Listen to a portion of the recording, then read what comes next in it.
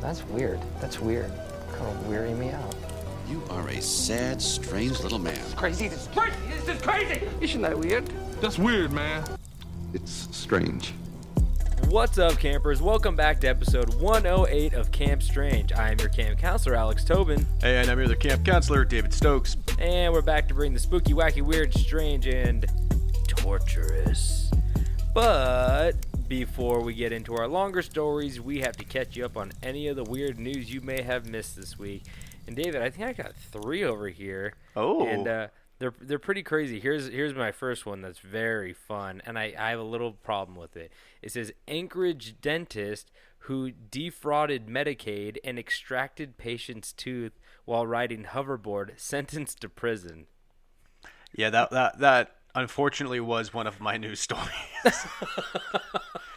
It's okay. I'll survive with one. Okay, well, I have, oh, shit. Okay, I had 3. I shouldn't have led with that one. Okay, well, why don't we discuss this, okay? Okay.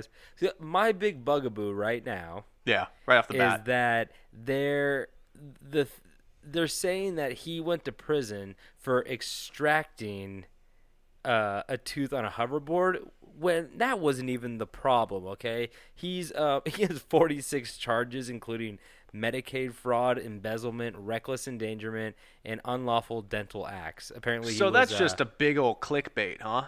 Yeah, exactly. Apparently, he was just like telling people they needed sedation. Jesus. They needed intravenous sedation when it wasn't necessary, so he could bill them more and like just make money and make money off the top and stuff like that. Oh yeah. But the hoverboard, he never got charged for that. So why are they dragging new art medical practice combinations into the legal world, you know? Well, I know. I'll tell you who's behind it. Who? It's that big money hoverboard. Because nobody's talking about hoverboards anymore. You're right. They're trying to get back in the headlines. You know what's crazy? You know when I realized I was old, I stepped on a hoverboard and I fell off. I stepped on and fell off real fast, and I got a huge cut rash on my leg that lasted for like 3 weeks. You're allergic to hovering? I've never I've never been able to ride one of those. They scare the shit out of me. But isn't there like a video of like Mike Tyson flat backing it on one of those things? So if I don't know, because Mike Tyson will flat back both of us at the same time, so I don't even try to laugh. I don't even feel bad because like if that thing took down Mike Tyson, I don't feel bad about it taking down me. That's fucking Mike Tyson. You're a bigger man than I am because I won't even get close to one just because I know I'm too old for that shit. Yeah, you're kind of tall too, so like I got a low center of gravity. You think I would be like a bowling ball, just like flying at you on that hoverboard? Like, I would manage to break both wrists, double cast up. I want to like get on a hoverboard and just go, and then not be able to stop, and then I want to go through the wall, but have it be like a funny Looney Tunes imprint of like my hands going in like opposite. You know what I mean? Yeah. Like a little cardboard cutout. Oh yeah. That's all I want. If I'm gonna go out, I'm going out like that. Yep. But I'm sorry I took your story, bud. No, I mean it happens. What else do you got? I wanted to add in there that the dentist is going to jail for 12 years. Oh yeah. 46 charges. He better be, because that's like super fucked up. I mean, honestly, 46 charges that have to do with like poor use of medicine. I feel like 12 years is actually pretty like low key. And he's probably gonna serve like 6. Yeah.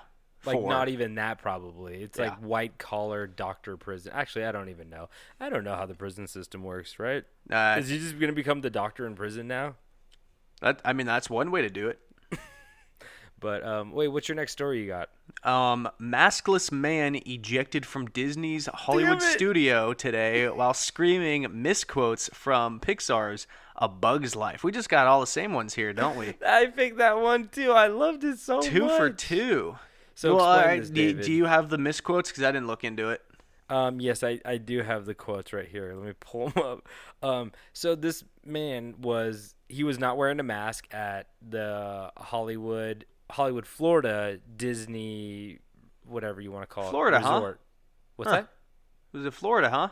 Yeah, Hollywood, Florida. Huh. So I know I had to look it up too. I was like, "Where's Disney's Hollywood Studios? Not around here." But yeah. So he was being ejected for not wearing a mask, and he quoted one of my favorite movies growing up, A Bug's Life, and he said, "Remember the movie that came out, Walt Disney World? It was called A Bug's Life. Remember Hopper? He said, if one guy stands up, one ant stands up in a failed attempt to stir a rebellion." Was Hopper in the creepier Ants movie? No, that's ants. Yeah. That's I just said it was called Ants. Yeah, I know, but that's not A Bug's Life. That's ants. Okay, I couldn't that's, remember. I don't remember. I remember them both being very similar, except for one just being really shitty looking and not as good. all I remember was like the ants trailer was like they used the song "I don't want to work, I just want to bang on my drum all day," and I was like, that's a weird fucking song to begin with, and like I don't know, I wasn't vibing with that movie. I think Woody Allen was like the voice of that ant or something like that. Yeah, we all know about good old Woody Allen, huh? True, but all I remember is that like A Bug's Life holds a really good place in my heart, but it also holds a really sad place in my heart because I don't know if I told you this, but one time I did. Yeah, did I bring it up on the podcast where the guy fucking ripped the VCR? Pretty recently. I feel like that was within 3 episodes. I feel like that was fucking 2 weeks ago, dude. I think about it fucking daily, dude. He just ripped the VHS out of the player and the tape went everywhere, right? Dude, he fucked it. He fucked it good. Was that before or after he ripped it out? It was after. You can't do it when there's a tape in there. But it's crazy. I watched him rewind it with. I don't know if you're picking up what I'm putting down, but yeah. Okay, cool. So, so I have one more story right here. All right. As Canada town of Asbestos reveals short list of new names. So there is a town in Quebec, which is a province in Canada, I think. I'm not Canadian. But they are named Asbestos because they had an asbestos. They have an asbestos mine there that was funded in 1880. And it was like kicking ass for, over 100 years until they found out that it just causes like horrible cancer. You've seen the commercials, right? You have mesothelioma from asbestos, So call 1-800-623-886. 1-800 I'll fuck your VCR. So just send your VCR to me. I'll fuck it for you. So the town, they came up, they got a bunch of names, and I think they settled on like 3 or 4. So because obviously you don't want to be named after like a cancer causing like material, like they're probably like, we need to change this, like you're from asbestos, like I don't want to touch you, don't get near me, don't come in my house, get away from me, you freak. So one of them was Apollon, which is a species of turtle, I guess, in the area, which is nice. Apollon, not that bad. Another one was, I'm going to fuck this up, but Troy Lacs, which just means 3 lakes in French, but Tres lakes? Tres lake. 3 lake. Yeah, so it just means 3 lakes. I couldn't find my French accent. And the last one is why I chose the article. The final contender is simply Jeffrey. Oh, I like that one. So here's or the is thing. It Jeffrey? You know what? You can pronounce it however you want. It's a name. That's the beauty of a name. You can just do it however. But apparently, a lot of people in the town like it, which means a lot of other people in the town really hate it. So, oh man, so I've never wanted a town renaming to go one way or the other more than I do right now. So somebody wrote, "I have a small message for my friends in asbestos." Wrote one person in French, "Any name but absolutely not Jeffrey." So there's a lot of people outraged that they want to name this town Jeffrey, but as I think I've also brought up on this podcast, there is a town in Montana named Joe, as for Joe Montana, the 49ers quarterback. I gotta look that up. I want to see where that is. No, it is. It's there. I mean, it's probably Oh, I'm very not doubting small. you. I just want to know where. Oh, okay. And do you know that residents of this town, if you're 14 or over, you're allowed to vote on this? So Whoa. I think it's going to be Jeffrey, because I know all those 14, 15, 16-year-olds are going to be like flossing their way to the voting polls, and Jeffrey, I feel like, is going to come out on top. You're lucky it wasn't Travis Scott Burger or something like that. Yeah. Jesus Christ. I'm looking. Let's rename the town Cactus Jack. Oh, fuck off. There's definitely not a Joe Montana. There is a Joe Montana. Not according to Google Maps. They're off the grid. There is Little Joe Mountain in Idaho. Fuck. There is a Joe Montana, I thought. Why are you making me look bad right now? Why are you doing this to There's me? Blue Joe Creek Road in Montana. That's what I meant. Oh, no, that's in Idaho. Fuck. There's a lot of Joe roads in Idaho. I don't know. I heard that from somewhere, and They I'm lied. going to stick with it. There's a Joe Montana, and Joe Montana is the mayor, and he's the executioner. Guy's an asshole.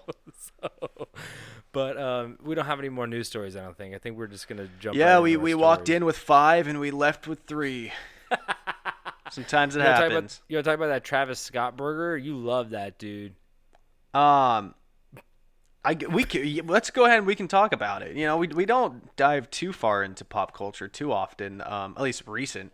But you know, if it wasn't named the Travis Scott meal or whatever, the number Travis Scott, I would eat it.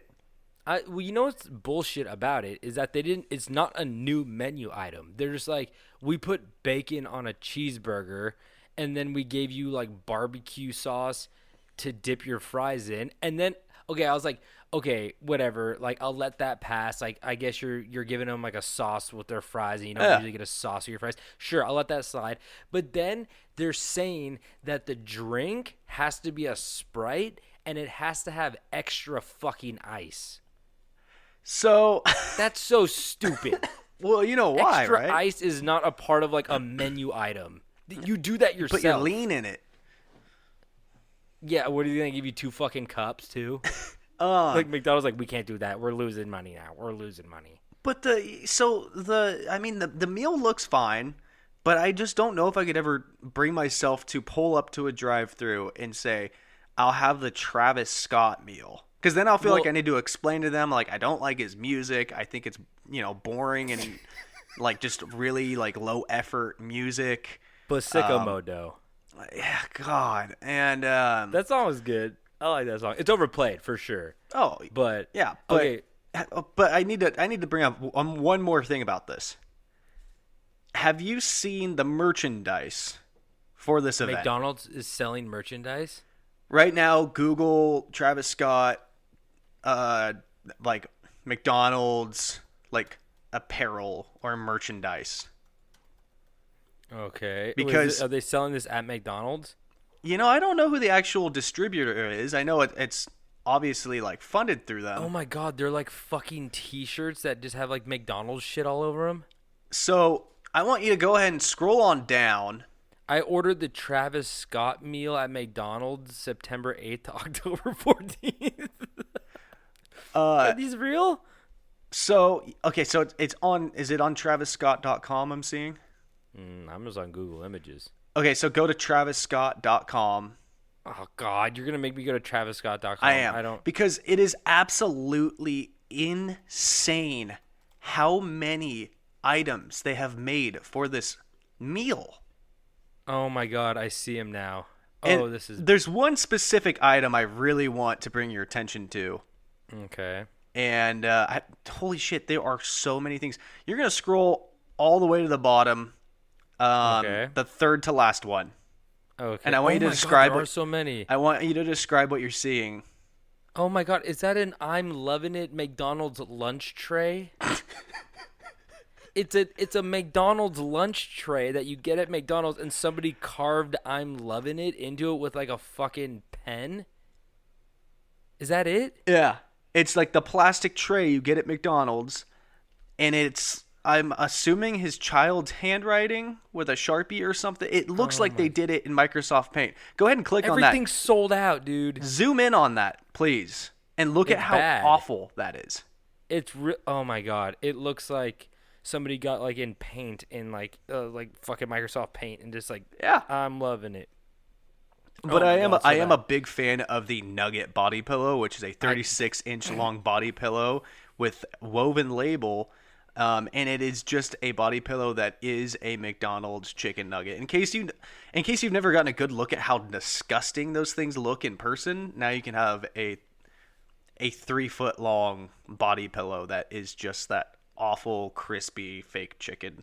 Well, here's the thing too, is this like fashion right now is so fucked that it's like people literally, there was like an app promoted to me that's like you can make your own shirts, and it's just like literally if you went to like the clip art images and like dragged them onto a shirt, and kids are like, these are cool now. It's like ironic. It's like a dolphin with like a rainbow, and like that's cool. It's fine, but like it just looks like shit. Like there's no like aesthetically pleasing things on it anymore, which is like the selling points now, which is really weird. I mean, you put Travis Scott's name on anything and it's gonna sell like hotcakes. Fair. Well, we thought Katie and I we were gonna reach out to Burger King, and we think that they're gonna be very interested. This is Katie's idea, my girlfriend. Angry Whopper. This is not. You would think it would be the Angry Whopper. No, but we changed it up because we thought we need another wrapper for Burger King, because Burger King. We want to support Burger King because Burger King's the OG. They have the Nightmare Whopper. Yes, the Nightmare Whopper. Hardcore Burger Kings. Yeah. So, Katie thought of course, Chance the Whopper. Oh God, literally God. But I don't think he'll do it because he cares about the community. He doesn't care about anything but his wife. Anyway, so okay, I think we're caught up on any of the news we might have missed. So let's get into these stories we got for you. Now, David, you know me. I love cannibals, Japanese monsters that eat small animals and children over great distances, and many more things. But there's something that I find absolutely fascinating and horrific at the same time, and I'm talking torture. Actually, going to a museum of torture in San Diego, I actually did that. I was awestruck at the depravity and the wickedness of the instruments, but I also could not help but to be impressed by the creativity as well. But of course, more horrified than anything. And it's true. Like I went to at Balboa Park in San Diego. They had the Museum of Torture, and they had things in there like Iron Maidens. They had these things called like something horses, where they were like basically triangles, and they sit you on top of it where you're sitting on top of the pointy part of the triangle, and they put weights on either side of your feet, so like you slowly get pulled down and then split in half, and there's giant saws and everything, and it's crazy. And it was even crazier to think that like those might have been actually used on people. Oh yeah, I went to one in Prague. Oh yeah. Yeah. Well, their cleaning guys are great. I didn't see one speck of blood on there, but it's crazy to think about like those, how many, that giant saw in the corner, how many people it killed. There's a guillotine in there too. It's fucking crazy. But today I will be taking you all to the Hall of Fame of Torture as we go to one of the most brutal torture chambers in history. And as you will find out, once you enter, there is no leaving alive. As we travel into Ashoka's Hell. So, Ashoka is the guy, and he's also known as Ashoka the Great or Ashoka the Righteous, and he was an Indian emperor of the Maurya dynasty, who helped promote the spread of Buddhism across ancient Asia and is considered by many to be one of India's greatest emperors. So he, like in the history books, the main thing he is known for is like promoting Buddhism, spreading Buddhism, and he's like the Buddhist guy. Okay. He's the Buddhist king. but he was not, as we're going to find out, he wasn't always known as like the Buddhist guy. He basically had like an epiphany and then changed his ways because he was like known as the worst ruler and the worst king before that. So I don't know if he got like a PR guy to be like, people don't like being cut in half. People love Buddhism though. You should maybe check that out. Nobody's mad at them. We could sell a lot of Buddhist merch. So, although Ashoka is known for his great power and even greater rule, he was not always seen as such. You see, he only converted to Buddhism after witnessing the mass deaths of the Kalinga War, which is a war in which he What are you laughing at? You're doing dude? great, sweetie. Shut up. So. He witnessed the mass deaths of the Kalinga War, a war in which he waged in his desire for conquest, which resulted in 100,000 deaths and 150,000 deportations. And before his peaceful transformation, he went by a very different name. He went by Ashoka the Cruel or Ashoka the Fierce, and he very well lived up to the reputation. So. Indian and Sri Lankan traditions tell of Ashoka being an extremely violent person in his early days of ruling, but the majority of the information about Ashoka comes from a book called the here we go again, Ashoka Vandana, which is a sacred text written years after Ashoka's death that depicts the events in Ashoka's life using biographical information and legend. So it's a little bit of a mix of both, which, you know, if you go back that far, there's always going to be legends slipping in there. There's no way around it. And as a young man, legend says that Ashoka was so ugly that his father could not bear to look at him. And how is that possible? We're all a little Ashoka, aren't we? I mean, my God. That's got to be being dramatic, right? Yeah, well, that's the crazy thing where it's like how, like, he was here's what I don't get.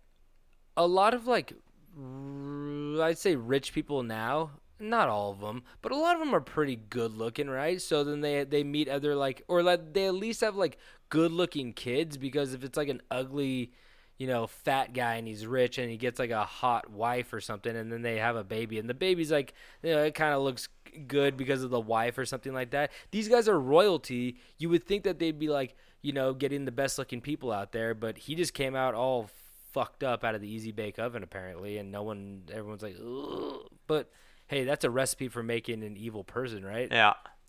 A lot Just of make anger. him so ugly that the dad doesn't even like you. But he was also so evil, apparently, that when his father finally died, he tricked his brother into his own death in order to usurp the throne. So he's like, oh, dad died. He's like, hey, go. There's a nickel over there on the freeway. And, of course, he got, you know, laid out. Is that how he died? He got hit by a no, car on the freeway? What the fuck you talking about? It was probably like a horse accident, right? How did everybody die back in the day? Horse accidents? Unstoppable diarrhea. That is actually one of them. Splinter in the finger. It just dropped out of you. So in this book, they do tell about the great deeds performed by Ashoka to spread Buddhism, but it also tells about his cruelty. So it tells about his later days, but more interestingly, it tells about his early days.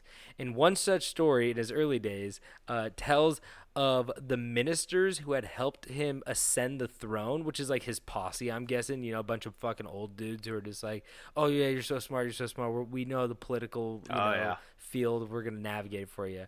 And they helped him get up to the throne.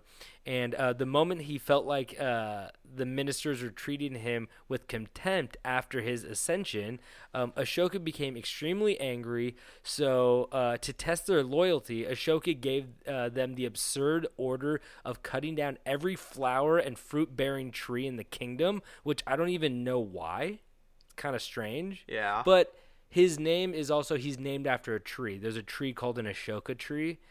So I think he was just like, I'm just going to give it.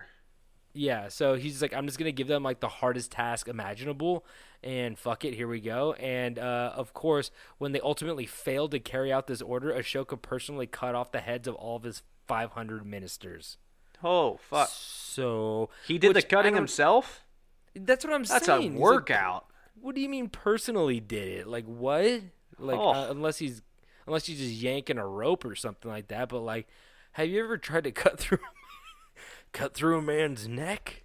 Yeah, it's hard, and Unless you're, So Captain messy. America. I've seen what he does to that piece of wood when he's like, Oh you know, God, don't even get me rips it right in started with that. so another such story tells of one day during a stroll at the park, Ashoka and his concubines came across a beautiful Ashoka tree, like we were talking about. The sight put him in a sensual mood. Ooh, nothing gets him horny like a fucking tree named after himself. Oh, that bark! Strip off some of that bark. But of course, his skin was probably the same look as the bark of the tree, because the woman did not enjoy caressing his rough skin, apparently, after he became sensual. And sometime later, when Ashoka fell asleep, the resentful woman chopped the flowers and the branches off of the namesake tree. But after Ashoka woke up and realized what the woman had done to his favorite tree, he burnt 500 of his concubines to death as punishment. So he's killed 1,000 people now. Yeah, and that's the thing about the legend too, where it's like, did he have 500 concubines? No, probably not, right? He probably didn't have 500 ministers either, because like that's a lot of mouths to feed, right? Yeah, you'd think so. So I mean, he probably killed one's enough, It's a tree, man. Yeah, Shit will grow back. let's call it 3. Wait, 3's too much. No, Is that what you're I'm saying 3's a good number. Kill 3 concubines. Yeah.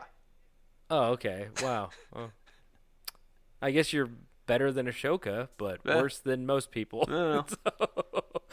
The gardener's like, "Hey, man, I accidentally trimmed the wrong tree," and he's like, "Oh, that's fine. Can you come in here? Come in my house real quick. Here, have this lemonade. It's very bitter because of stuff I found under the sink. You can drink it all if you'd like." So although those stories are of course horrible, the thing he is most known for is Ashoka's hell, and the world's, which is known as the world's most sadistic and evil torture chamber. So legend says that once Ashoka ascended to the crown, he realized that he needed to build a strong team to surround himself with. And the first he probably killed his whole fucking team. He's like, 500. Oh, apparently also I read that he killed 99 of his own brothers, and I'm like, what are you talking about? You do not have 99 brothers. I don't know. You killed one. I don't know about the other 99, but he did it, apparently. He liked to kill in great numbers. So he needed a strong team to surround himself with, and the first thing he felt like he needed to rule was an executioner. Ashoka sent his minions on a quest to find a vicious man to work as his official executioner, and after some searching, Ashoka's men found a suitable candidate by the name of Girika, a Magadha village boy who boasted that he could execute the whole of Jambudvipa. And if you think that sounds cocky, well, it is, because Jambudvipa is the island or continent of the terrestrial world as envisioned in the cosmologies of Buddhism. So he's basically just like, I could execute the entire world. And they're like, okay, well, can you execute? We only need to execute about 99 brothers. Can you do that? And he's like, I can execute the entire. We're not asking that. Can you execute 500 concubines? Yes. I mean, yeah, he's done it. Yeah, which is fucking crazy because he was young. This guy's like very young. Yeah, you got to get him young. If you want a good executioner, you gotta really taint him, fuck him up from the beginning, right? Yeah, but they also couldn't count back then, so who's to say how old they were? That's true. They were 5 rocks old. Oh no, that's a number. See, they were rocks old. Yeah, one pile of rocks old. You're still saying 1. Pile of rocks old. Pile rocks old. Now you're just taking out S's. Like, that doesn't make sense. You're like pile rock old. Anyway. There you go. So it was said that Girika was known in his village for constantly beating up other children. And here's my favorite. Catching and killing ants, flies, mice, and fish. Which is not like literally... He's known in the village for that, but he's the exterminator. He's the good guy. You said ants and flies? And mice and fish. Okay, mice and fish, that's one thing. But who's going around going, holy shit, did you just kill an ant? Whoa. Well, Whoa. well, This kid's here's got the something other wrong thing. with him. He just killed an ant. So here's the other thing. 3 of those things are considered like vermin or like nuisances. Pests. And yeah, pests. And the 4th one, the fish, is considered a food. Yeah. So all of them kind of need to die in order for like a village to be like somewhat clean Yeah. and like fed. I see no problem. Right? Yeah, I don't even know why he's known for this, unless like this is supposed to be like a good thing he's known for. But they partnered it up with fucking beating up children, which to be could honest, be a good thing. It could be a good thing. he's the truant officer. He's like, Fucking kids. Are you cutting class? You're gonna get a good old whopper to the head, and I ain't talking Chance the Whopper, baby. So I hate that so much. why? It's good. Watch Burger King come out swinging, dude. I hope so. They're like, do you want a milk Drake? Drink our new milk Drake. Oh my god. So, legend also says that Girika was so vicious that he killed his own parents when they voiced that they did not want him to become Ashoka's executioner, which is, I guess, all or nothing, right? Yeah. So soon after, Girika was introduced to Ashoka, who soon appointed him as the official executioner of his empire. Damn, kind of killed the parents a little too early. He's like, Yeah. they're like, we don't want you to become the executioner. He's like, I'm going to kill you and become the executioner. And then he got there and he's like, now I'll give you the job. But that would have sucked if he was like, I don't know, you're kind of young. No. Bring in your parents to give you permission. And he's like, think about that, okay? I kind of treated them like the ants. And I squashed them. I'm not talking about that really bad movie Ants. No Z. Damn, ants keep coming back. Was there a Z in that film title? Yes, Okay. there was. Oof. Pretty bad. So now he's official executioner of the empire, and Girika only asked for one thing in return: a jail where he could hold his prisoners, and after some so he asked for a jail where he could hold his prisoners, so like basically a torture chamber. Well, it wasn't seen as that yet, but after some persuasion, Girika was able to get Ashoka to build him a prison that was based on the suffering endured by people reborn in Buddhist hell. So this torture chamber quickly became known as Ashoka's Hell. So I think we kind of talked about a little bit in the 10 levels of hell for that theme park. Yeah. In The Tiger Balm Park. Philippines. Yeah, Tiger Balm Park. Yeah. And they have like a walkthrough where you can see like the 10 layers of hell. This was far before that. So there were layers of hell, but I think there were only 5 at the time. And then maybe like 5 more got added and they got a little bit more creative. Okay. So we do know what horrible shit's coming, and it's even more horrible to think that it was actually realized into a real thing and not just a theme park attraction made of horrible paper mache. It's actually more haunting. The paper mache is far more haunting than anything I could even dream of. So that interesting thing about Ashoka's Hell is that it was extremely beautiful from the outside, but absolutely horrific on the inside. And that's like what it was mostly known for, as it was like the most beautiful building in the city. And Ashoka asked Girika to disguise the torture chamber as a beautiful and enticing palace full of amenities such as exclusive baths, and to decorate it with flowers, fruit trees, and many ornaments. The palatial torture chamber was artificially designed to make people long to just look at it and even attract them to enter, and was referred to as the beautiful gaol, which means jail, beautiful jail. So that's what everybody in the town knew it as. But you could only see it from the outside. Most people didn't see it from the inside, and we will get into why that is. So the jail was quite breathtaking, no pun intended. But beneath there was a pun intended. I wrote that.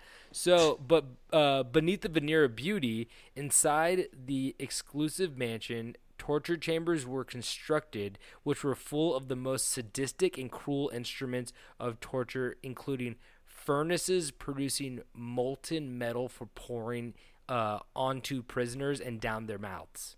Did you say cool or cruel? I said cruel. Oh, okay. I guess it's kind of a cool instrument too, kind of cool. like a guitar. Yeah. So some of the other torture methods Garika and Ashoka dealt out come from the legends of how ones are punished in hell, like we discussed. These consist of driving red-hot irons through each hand and foot, and then one into the stomach, so they're still alive. Paring someone with axes, which means to trim. Paring means to trim. So they're basically trimming somebody with an axe. Like their hair? Yes. They had a haircut. Yeah, with an axe. I mean, that does sound shitty. Oh, it's a bad haircut. Oh, you're going to wish you're dead. It's picture day tomorrow. Fuck. But, no, so they're just probably like lopping off fingers and hands and like, working their way outwards and going in. Yeah.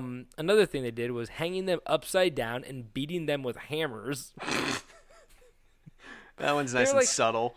They're like hammers / axes. They're kind of. I had to actually like find like the actual book and like try to decipher like a lot of the tools were called like things I've never heard of. So I had to like Google what they were, and I was like, oh okay.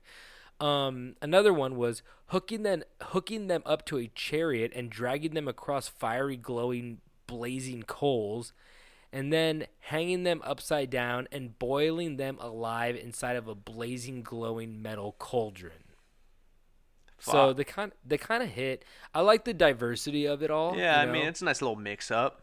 Yeah, I would have maybe put the fire hot pokers. The hands are fine. Once you go into the stomach, though, like I don't think that guy's gonna be around much longer to deal with the rest of that kind of stuff, Yeah, but that's got to be saved for last. Yeah, but no, I kind of like the boil as the last one because then you got a nice stew going, right? Throw a couple carrots you got in there. Stew going. So it's easy disposal too because then you just go get the guys to go dump it into the gutter, and some guy's like, "Oh, someone's been dumping stuff in the gutter and it stinks." Is that a femur? Oh, fuck. But it tastes good.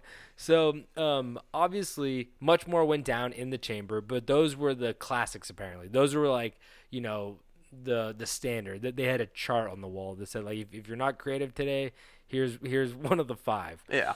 So, Ashoka actually even made a pact with Garika that he would never allow anyone who entered the palace to exit alive, including Ashoka himself. Oh, That's what I meant when they're like, nobody saw the inside, because if you walked in... What about the people who build it? Well, They died in there. They all killed themselves after. No, Garika wasn't in there. Okay, you're going to find out a weird loophole, and I don't even know what the loophole is. I tried to figure it out, but it's very confusing. But we'll get into that a little bit later. But I'm guessing Garika just wasn't there to enforce the builders to stay and die. It's like, dude, we just built this for you. He's like, I'm sorry, dude. You get paid in hammer hits. Now hang upside down. I got to hit you with this hammer, boy. It's like golf, though. The more, the less. Oh, or I guess the less, the more. Yeah, I don't know what that meant when you said that. But now do you get it? Yeah, golf is like hammer hits. Cool. Yeah, exactly. I guess that's what they call them, irons. Exactly. So, full circle. So, the torture chamber was so terrifying that Emperor Ashoka was thought to have visited hell so that he could perfect its evil design. That's what everybody, word on the street was. And after years and years of torture and killing, a Buddhist monk, here's where it gets fucking crazy. So, I said... here's where it gets crazy, huh? Yeah, well, it gets even crazier. Now we're going to get some Harry Potter shit. So, after years and years of torture and killing, a Buddhist monk by the name of Samudra. Samudra. A Buddhist monk by the name of Samudra happened to visit the palace, and upon entering, he was informed by Girika that he would be tortured to death. So I don't know if he was there to be tortured to death, or like you said, he walked in and he's like, dude, you're in the wrong room. He's like, I'll leave. And he's like, no, you can't leave. I gotta kill you. No, you won't. We got a policy here, baby. And it shoes off at the front door. And guess what? You didn't do it. So now I'm going to fucking stick a nail through your eye. So, like I said, he was now to be tortured to death and was subsequently led into the torture chamber. His torturers, however, failed to injure him, and he appeared able to neutralize their torture methods by realizing that the suffering of the other prisoners is part of the Buddhist dogma of suffering and attaining nirvana. I don't really know exactly what that means. Yeah, you confused me. So I think what they were trying to say is that he was a Buddhist monk, and when he went in there, he was probably scared, but then he realized that, like,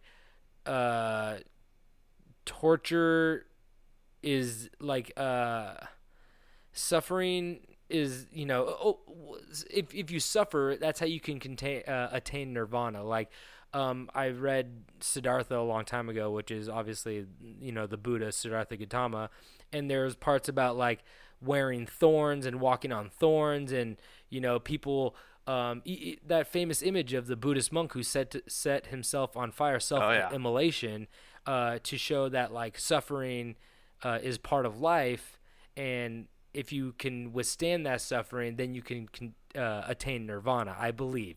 Yeah. And I don't know exactly because I'm not an expert, but, you know, I don't want to step on any toes here or, you know, pair him off with an axe, but that's what I think. So it is said that Samudra, while tortured in a cauldron full of boiling water, human blood, bone marrow, and excrement. Ooh, that sounds so good. Add a couple garlic cloves. Ooh. Oh, yeah. Throw a bouillon cube in there. Oh. So, but he caused the contents of the cauldron to cool down and then sat meditating cross-legged on a lotus sprouting from the fluid.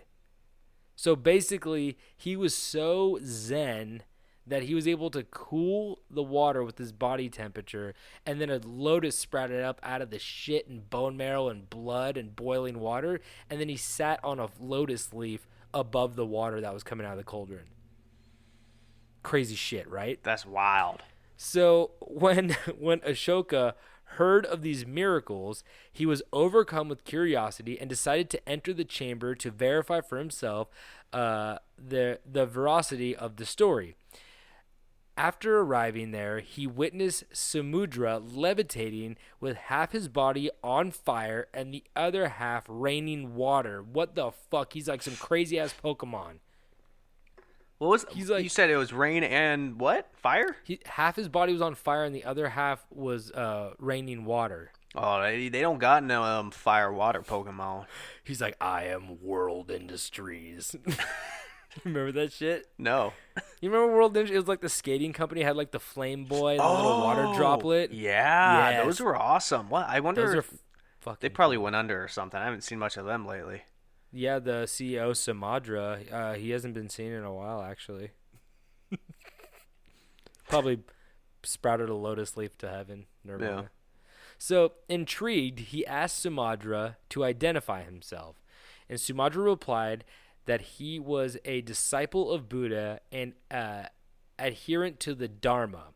And Sumadra then chastised Ashoka for having built the torture chamber and further instructed him to build 84,000 stupas according to Buddha's prophecy and to guarantee the security of all beings. So he basically just like I'm a disciple, and I was told to tell you to build 84,000 basically like churches, mosques. I don't know exactly what a stupa is, but it's a place for religious purposes. It's a religious thing.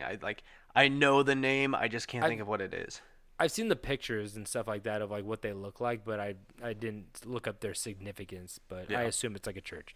And to those demands, Ashoka acquiesced, and further he confessed to his crimes and accepted Buddha and the Dharma. So basically, that guy was able to convince him to quit his evil ways and join Buddhism, which is wild. Good for him. So, He should have been selling used cars. Exactly. You don't need anything in the 2010s and above. This 96 Toyota is fucking amazing. Look in the backseat. Yeah, it might be full of bone marrow and excrement and boiling blood, but guess what? I also threw a little lotus pedal back there for you. You can sit on that anytime you want. Now let's talk about the gas mileage. So there was a problem, though, David. What was the problem, though? What was the problem? He couldn't be violent or as horny as he wanted to be as a Buddhist. That probably was a problem, Yeah. but when the disciple tells you got to do it, you got to do it. No, the problem was Ashoka had now entered the chamber.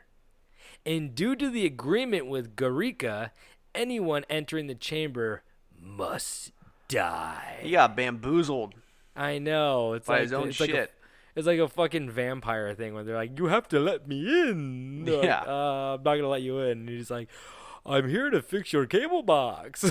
He's like, well, I need my cable box fixed. Wait, it's broken? Oh, shit. Yeah, you better come in. So when Garika confronted him about their pledge, which is like so fucking lame, like, right? Like, it's very similar to like weird, like some gang cultures where like, oh, I don't want a gang after me or anything Oh, like that. you're But calling like, all gangs stupid. no, like, no, like the color thing where like I get colors mean like that's your gang, but there's like tags or like spray painting and colors where like if you don't wear that right color, like I can like some guy I was walking through my neighborhood and I was wearing a red shirt and some guy yelled at me I shouldn't be wearing that red shirt and then he like peeled off and I was like, imagine if I got killed because I wore a red shirt. No gang would accept me ever. Are you fucking kidding me? Like, You're the perfect hitman. No one would see it coming. I guess you're right, and I know all the torture methods. but here's the thing, like, it's such like a stupid pact where it's like you said that if you came in here I could kill you, and he's like, I hired you, motherfucker, and he's like, well, deal's the deal. Like, I don't know.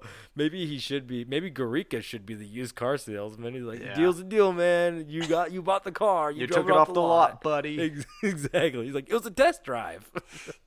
So he confronted him about the pledge, and Ashoka, this is where I don't understand how he flipped the script on him, but Ashoka quickly questioned Garika as to who entered the torture palace first during their visit to see Samudra's miracle.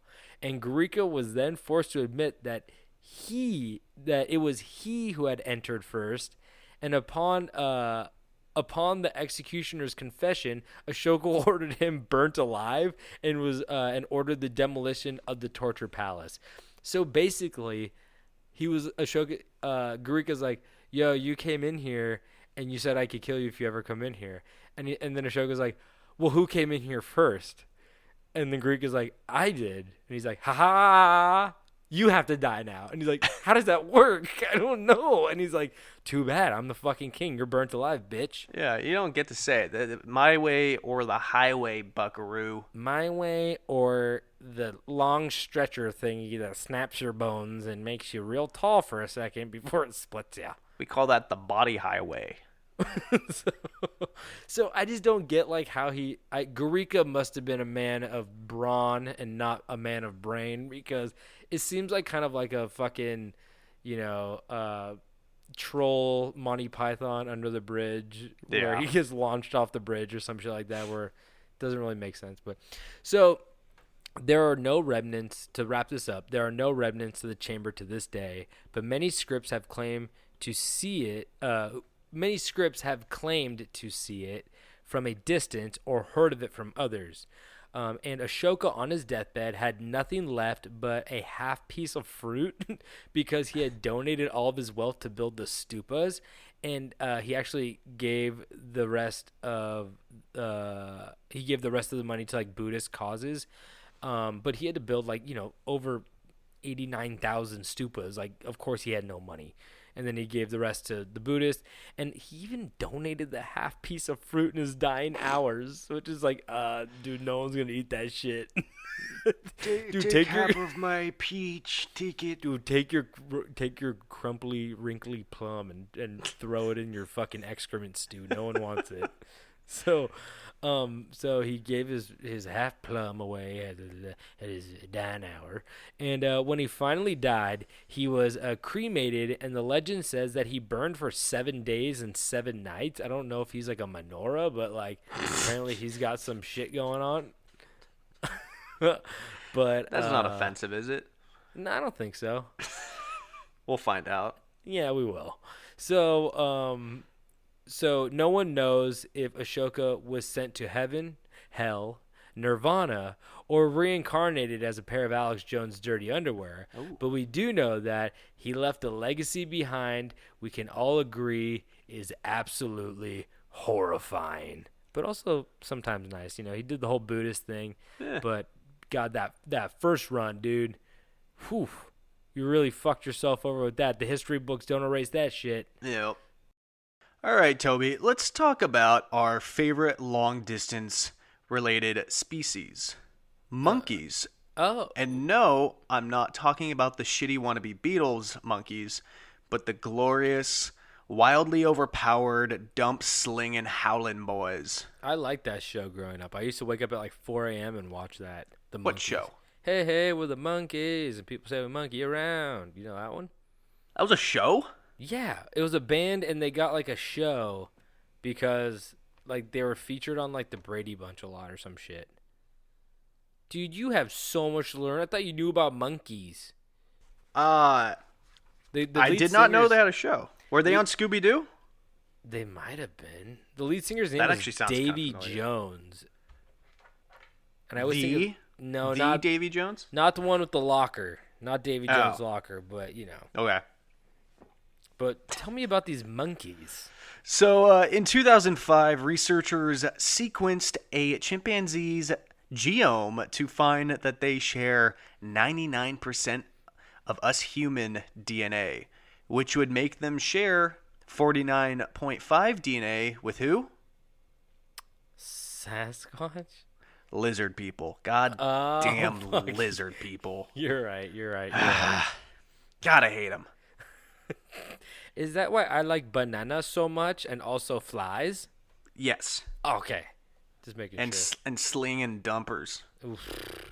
Dude, Waffle stomping. I saw a guy get hit in the chest with a dump at a zoo one time. Have you ever seen that video of the old woman who gets hit in the face with the dump? Yeah, she's in like a wheelchair, right? Yeah, and the Hilarious. dump's sitting on her nose, and it's like extended out really sharp like a witch nose. Yeah. Uh-huh. She was so old to the point that she just thought it was funny because she just doesn't care anymore. She's like, did I do this to myself again? She reminds me of the grandma from Squidbillies or some shit like that. Oh my god. I'll tell you, I got hit with this shit bomb. So now, obviously, we are both men of science. So I will start this off with pointing out the obvious before someone tries to climb up all in our asses.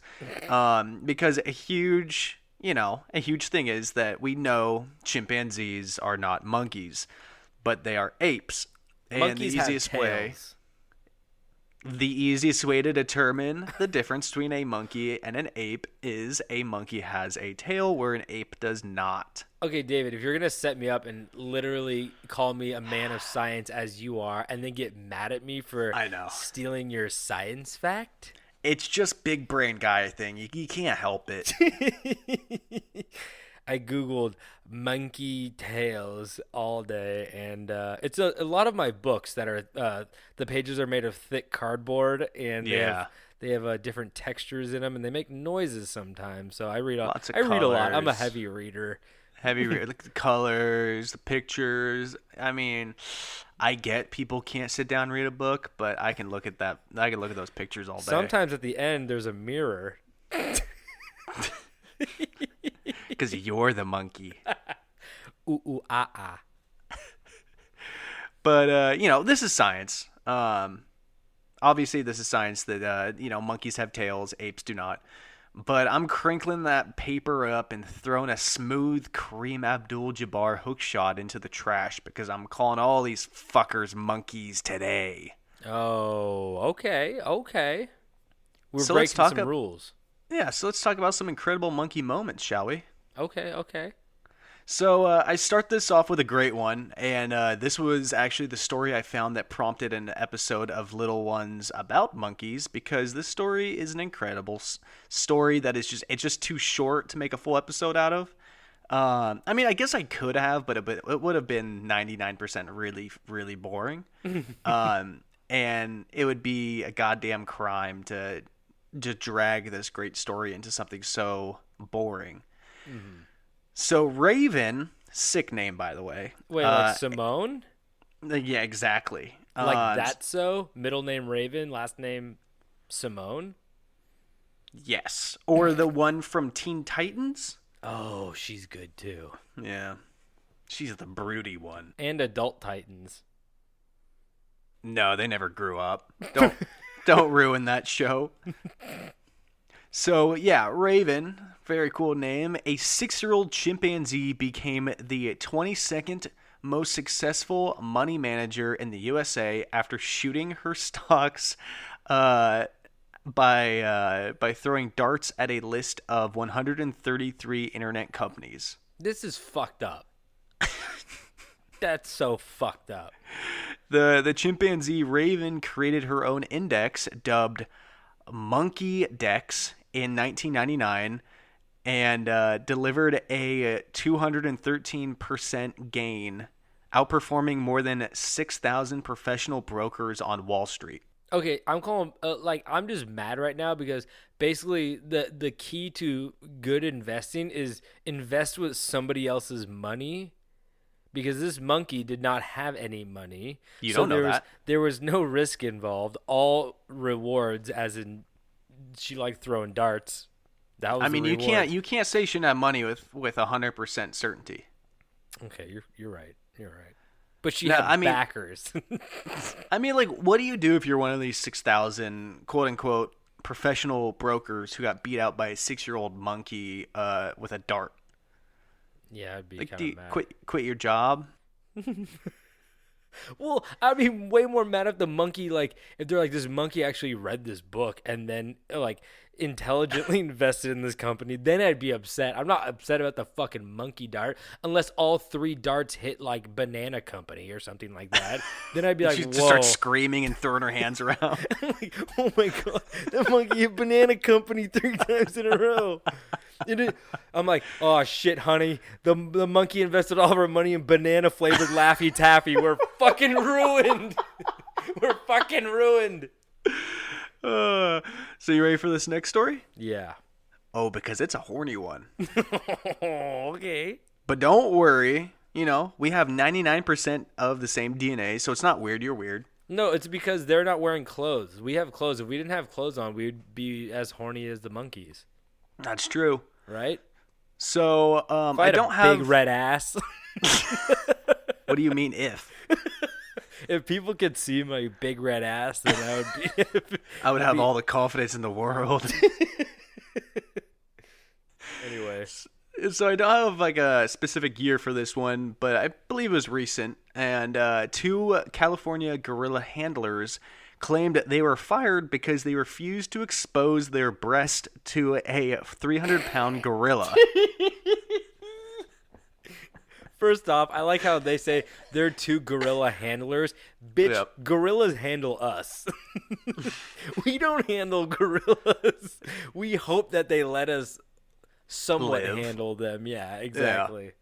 Yeah. The 2 handlers were responsible for the gorilla at the Gorilla Foundation and were supposedly pressured into giving into the gorilla's nipple fetish by flashing the ape. Oh my God. Wait. I mean, like, I've heard of workplace sexual harassment before, which is not something to joke about, but I've never heard it coming from a damn dirty ape. And that's what's funny. It's also great just because that gorilla, he knows what's up, because every man and gorilla knows that the nipple's the only part that really counts. You know, and it crosses over too. Yeah, That's fair game for the monkeys to get all excited about. Because, like, you know what's weird? Like, you know, you go to these festivals. I don't go to any festivals, but people go to these festivals and stuff like that where they got the tassels, they got the nipple tassels on, and then everyone's just kind of like, oh, yeah, she's wearing nipple tassels. If you take those nipple tassels off, you become the most popular person at the concert. It's true. That's proof right there that, you know, it's all about the nipple. It's all about the nipple. It's all about the nipple. So, I don't know about you. I would say I have a fetish, though. Like this damn dirty ape. So, I don't know about you, but I'm sick of this term, cat burglars. I'm sure you, being a father of 2 cats, would agree it's just outdated and disgusting. I kind of feel like cats are outdated and disgusting now because my kitten just tried to jump up on the counter and eat a fucking chocolate ball. So it's like, you know what? I don't really trust them anymore. I don't like them anymore. My question is... A, this is a 2-parter. Are cats deadly allergic to chocolate like dogs? You know what? Let's find out. No, I think that they're not supposed to eat it, but she luckily turned around. I thought I was going to have to drop the mic in the middle of the show and go wrangle a cat real quick. I'm a cat handler. And guess what? Them got 6 nipples. Can you milk me, fucker? Can you milk me? Is it 6 or 8 though? I'm a man of science. I gotta get my nipple man it's facts 6. right. Okay, it's 6. Should we go find out? I was about to do B, and then I realized that I should probably make a note that there is a thunderstorm outside in case there is any weird sounds coming from my end. It's not my nipple dealer. It's not my nipple dealer knocking on the garage door. And then B, my second question to this one is, why do you have a ball of chocolate on your counter? What is a ball of chocolate? Katie, you just taking your sweaty palms and rolling up a Hershey Kiss? It's kind of we're deciding to make we decided to make Buckeyes tonight. Well, actually, Katie surprised me. I'd never had Buckeyes. I think I might have had Buckeyes, but it's like I don't know what that is. It's peanut butter and powdered sugar, and like they're dipped in chocolate. I think they make them a lot in like Ohio. That's why they call them Buckeyes. You know, I thought Midwest that was a thing, nut. baby. Oh, it's also a nut. I think. I thought that was a big old nut that danced around at football games with his little red hat. Yeah, that's it. That happy little face. But no, the cat is trying to eat peanut butter and chocolate, and I don't trust that cat no more. You better yeet that thing down the stairs. I'm about to. A London man. I'm looking for a a better London man. A London man. That was a little loud. I'm sorry. I got excited. I'm looking for a better word than shocked, but he was shocked to return home to find an uninvited guest. A big old unit of a chimpanzee had broken into his home through a window and was making a run for it with the man's cell phone. Which I'm confused. Why is this guy leaving the house without a cell phone? That's just irresponsible. That is kind of crazy, though, if you think about it. It's like, what the fuck? How many? That's his burner. This guy's the nipple dealer. I'm guessing. This chimpanzee is a drug buster. That's crazy, though. Like, imagine walking into your apartment and there's a chimpanzee. Because like most people, they think of chimpanzees and they go, oh, I've seen them on TV. They're cute. They have human-like characteristics. I saw one react to a magic trick and then fall back laughing. Ha, ha, ha, ha, ha. But then you also forget about the stories where they literally rip a woman's jaw off and then grab a man's penis and, like, tie it into a fucking balloon. And you're oh, my God. I'm not sure. I feel like maybe one of my stories, or actually I think it was a story I was going to do, but I think in it said, like, a chimpanzee has the strength of, like, 5 men. Like 5 full-grown men. Yeah, that's supposed to be like the statistic or whatever, but like, which is impossible to measure, but yeah, because like 5 of me is like 1 normal man. Yes, and then 5 of you is like 1 me. 25. Quick math. We need 15 to 25 Davids to lift this dustpan right now. Whoa, I just saw a flash of lightning behind you. There is a thunderstorm. Did you actually? Going. Yeah, through the garage door. David lives in the garage now. I do. It ain't bad. The spiders taste good. Oh, that was a big thunderstrike. I think I heard that. Old jeepers. Well, this is going to add to spook. Even though this is more a funny story, let's pretend I'm doing a real spooky one. It's raining chimps, baby. So, back to the story. I mean, like, come on, guy. The monkey has a very important call to make. So just let him have the phone. Like, don't make a big deal about it, right? He's going to call his lawyer. I don't know why I said Jeremy, that. it's me. Yeah, it's Steve. What? How am I calling you? Hey, I broke out. He's like, What do I do? he's like, I need the fucking phone. And he answers. He's like, sell all the stock in Banana Company. It's going down the drain right now. Sell it. Clean out the house. Sell it all. Was that the same monkey? Yeah, it was Raven. So afraid of getting in a tussle with the big old monkey. I feel like that monkey dresses in leather. Raven. Has a nice little cowboy hat with some silver buckles. Well, I was thinking more dominatrix thing, but yeah, sure, let's go with cowboy. I was thinking like leather trench coat. Oh, like a duster. Yeah. That's a cool monkey. No, that monkey's name is Buck. That's Raven's boy toy. Buck naked. But he's not, because he's wearing a duster. So afraid of getting into a tussle with a big old ape, which was smart. Yeah. They can tear you in half, like we've talked about. The man didn't try to get the phone back, but believe it or not, after this whole ordeal, the police discovered that this monkey had also broken into at least one other home in the area, maybe more without the owners realizing. But I just really want to know who he's trying to call, though. Must have been important. Wait, did he take a phone from the other house too?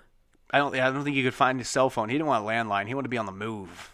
Do you think somebody broke into the first house and they were afraid they were going to get caught, and then they just like broke into the second house and then left a chimp in there, and they're like, now they think the chimp did it? That's like a classic burglar move. That's so easy to do. If you guys want to learn from us, we have a TED Talk on burglaries later. Yes, we do. It's a master class. Yeah, you got to pay big bucks, but man, you're gonna make it back in one break-in. In one cell phone. You're gonna pull off one smash and grab, and you're gonna be set. Hell yeah. Now, Tobin and listeners, I know one horny monkey story wasn't enough to just feed you up, huh? I need more nipples. So I found another one. And in an online article found deep in the reaches of horny monkey space, a man wrote an article about his mother and one horny monkey. Oh my god, wait, what?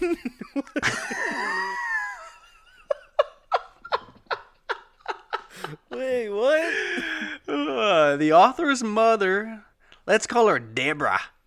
Is this on one of those fantasy sites where people just like they describe fake sexual encounters they've dealt with?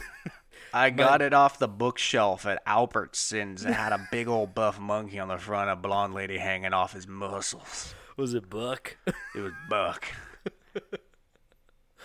Okay, please continue. I'm eager to learn. Yeah, so this is about the author's mother. Let's call her Deborah. She worked at the Denver Zoo, where she earned a very special and not so secret admirer, Bungie, the spider monkey. Ooh, okay. I like that name. That's a good one. Yeah, Bungie was close with many of the zookeepers, but Deborah was different. Boy, that thunder's really getting loud. I wonder if you can hear that. Yeah, I can hear it. It became very clear to Deborah and the other keepers that Deborah was the source for Bungie's constant and raging monkey boners. Oh, okay. Anytime Deborah would be near, his little dinky would snap into place so fast it would send him hurtling at the closest wall, sometimes the ceiling, like a mousetrap going He off. fly into a wall? He had a boner so hard? So fast it just snapped right up like a mousetrap. Sent that monkey hurtling.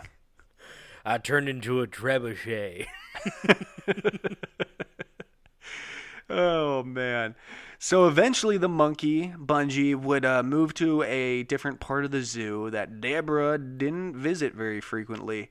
Oh, no. But when she did, the spider monkey Bungie would stick its long, lanky ass arms in the air and run towards her like he was looking for a jousting match. So here's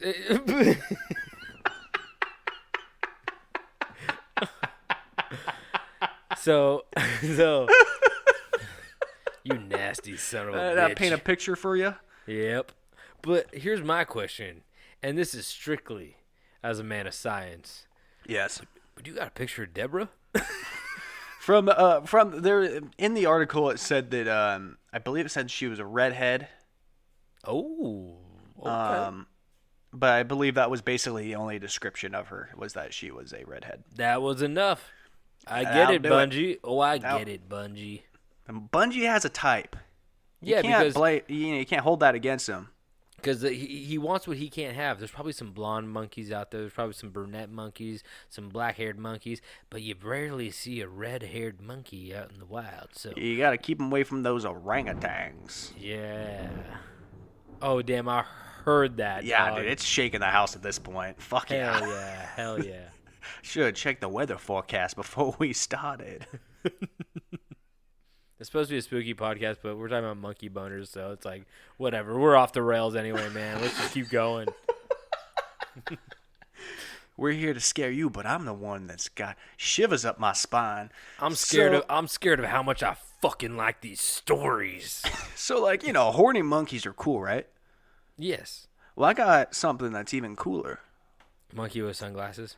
Well, it's cooler than a horny monkey, and no, it's not sunglasses. Top hat. A smoking monkey baby. Oh shit! You got cigarettes or a pipe like Gandalf? Oh, we'll get to it. Charlie, a chimpanzee in a South African zoo, fell into the nasty habit that humans on all walks of life can acquire easily, and that's the craving for the sweet, sweet nicotine. Ooh, that tobacco.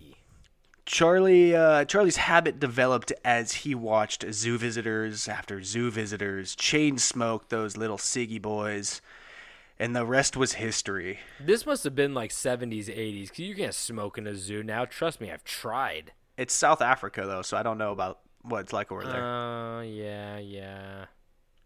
One time I dropped my buddy dropped tuna into a, he's eating Shark tuna. Tank? No, he's eating tuna sandwich at a zoo, and he dropped it into the gibbon exhibit. And the gibbons, or not the gibbons. They had to shut that zoo down. No, not the gibbons, the baboon.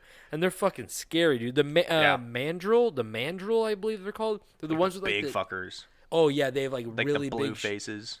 Yeah, red asses, big ass fangs, blue faces, and he dropped a little bit because he was eating it, and like a tiny little speck like fell over, and the mandrill walked over and picked up the piece of tuna and smelt it, and then like put it back down and like looked up at us, and I was like, oh wow, they don't. So I am a man of science. Mandrills don't like tuna. Cover yourself in tuna paste if you run into a couple mandrills. I will say though, Always keep tuna paste on me.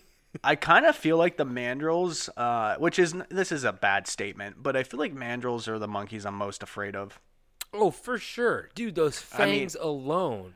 I know there are bigger and stronger monkeys and apes, but like for some reason, they seem like wolves that can climb trees like lightning.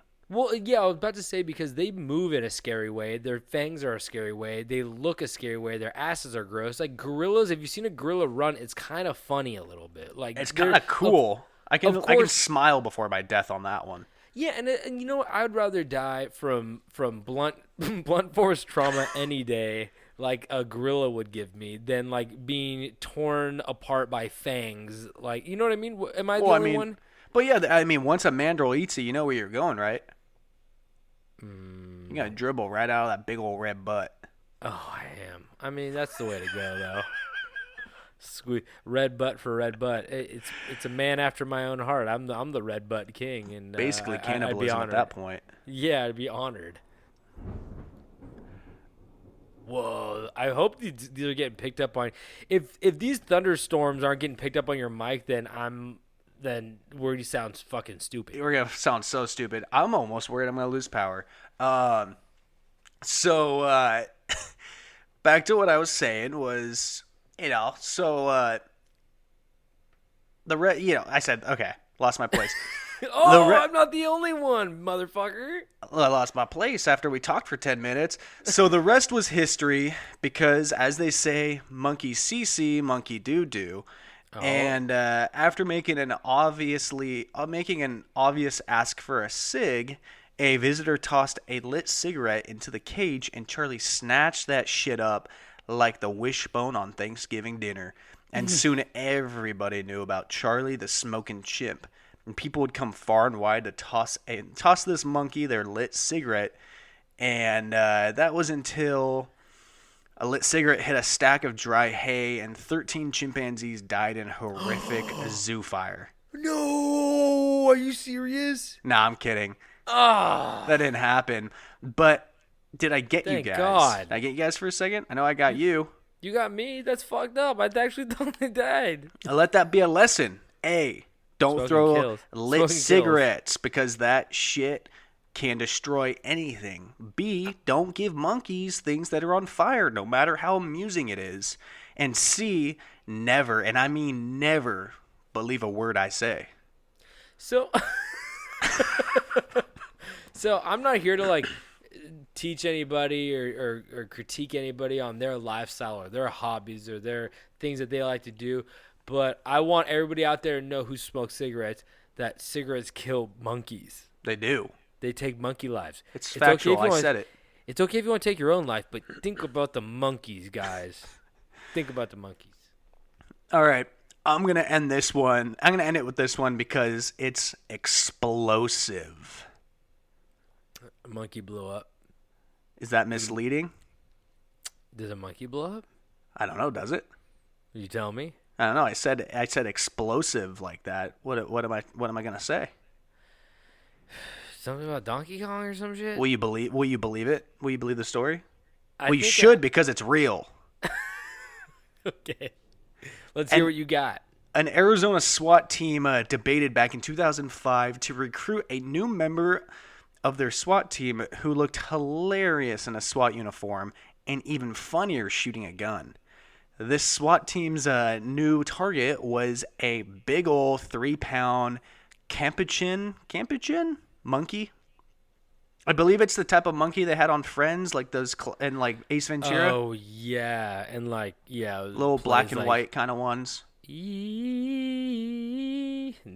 the jungle. I feel like It they're plays the that most fucking tameable song. ones, the ones that are in every movie and show. Well, they're like the actor monkeys Yeah. for sure. And plus they're like tiny enough. They're like a house cat. So like if things get really out of hand, you could just like yeet that thing out a window Yeah, or something. bury, like bury its face in its puddle of piss. that. Yeah, exactly. I do that. That was a joke that didn't get any laughs. Hey, I'm not above it. If what's it called? A chumanchachin? Yeah, a capuchin. If a chumanchachin pisses in my bed, best believe it's getting a face full. So the SWAT officer's plan was to dress this pint-sized little guy in a specialized vest equipped with a camera and a remotely detonated brick of C4, a highly explosive weapon. Yo, shut the fuck up. Okay, I said it was true, but that was a lie. The C4 part was a lie. They did intend on having the tiny monkey equipped with a camera to rummage through buildings to collect intel before a raid. Okay.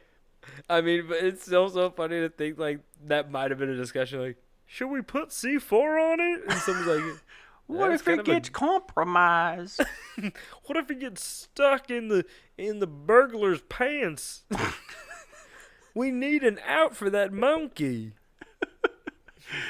But yeah, that's as much information I can find. I'm assuming that did not happen, or if it did happen, that's the most successful SWAT monkey ever that no one's heard of because it's so damn good. I think so.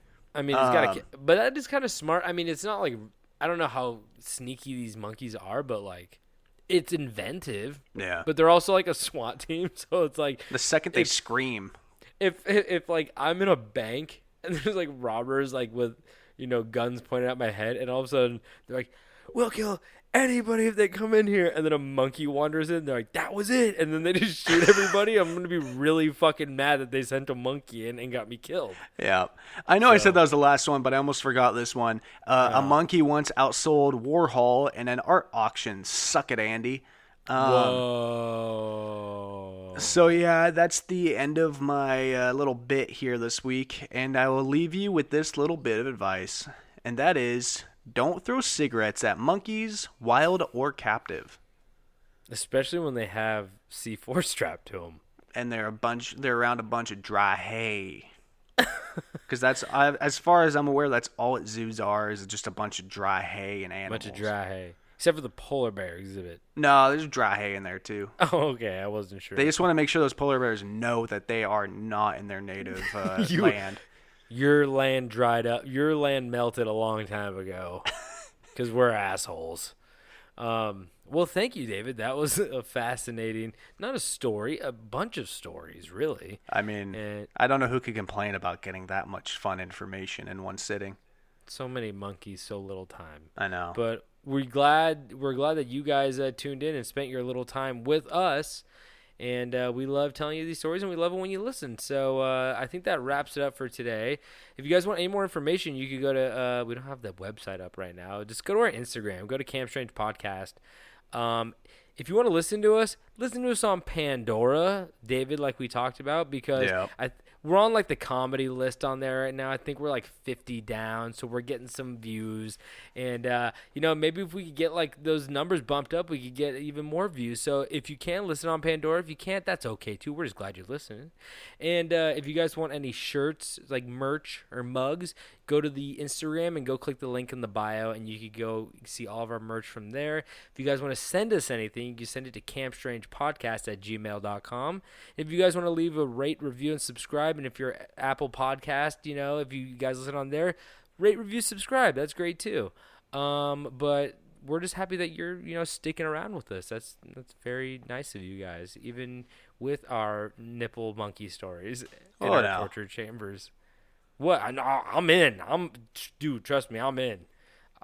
I'm the next one in line. You gonna for fetish the shame that gorilla? No. Because I'd love to see you say that to his face. Okay. Blunt force trauma. That's what I'm hoping for, baby. Fingers crossed. Anyway, do we have anything else we have to cover, David? Are we doing the thing? No. You know what? Not with this thunderstorm going, No, my ears hurt from the headphones too, so I'll just leave it with love you guys. You guys are awesome. Best fans in the game. Reach out. If you guys want to send us an email, we got time, dog. We'll respond. If you got a story that we've never covered and you want to hear us cover it, let us know. Yeah, let us know if there's anything that you really want to hear us cover. Give our spin on it. Those monkey nipple spins. So send it to campstrangepodcast@gmail.com and we'll cover it for you. David, do you have anything to say before we leave? Wear your mask, sanitize your hands, don't go to big public gatherings. Even if you're trying to root on your political person you want to follow, don't do it. Don't do it. Your health is more important, guys. Yep. Life is more important. Anyway, and don't forget to stay strange.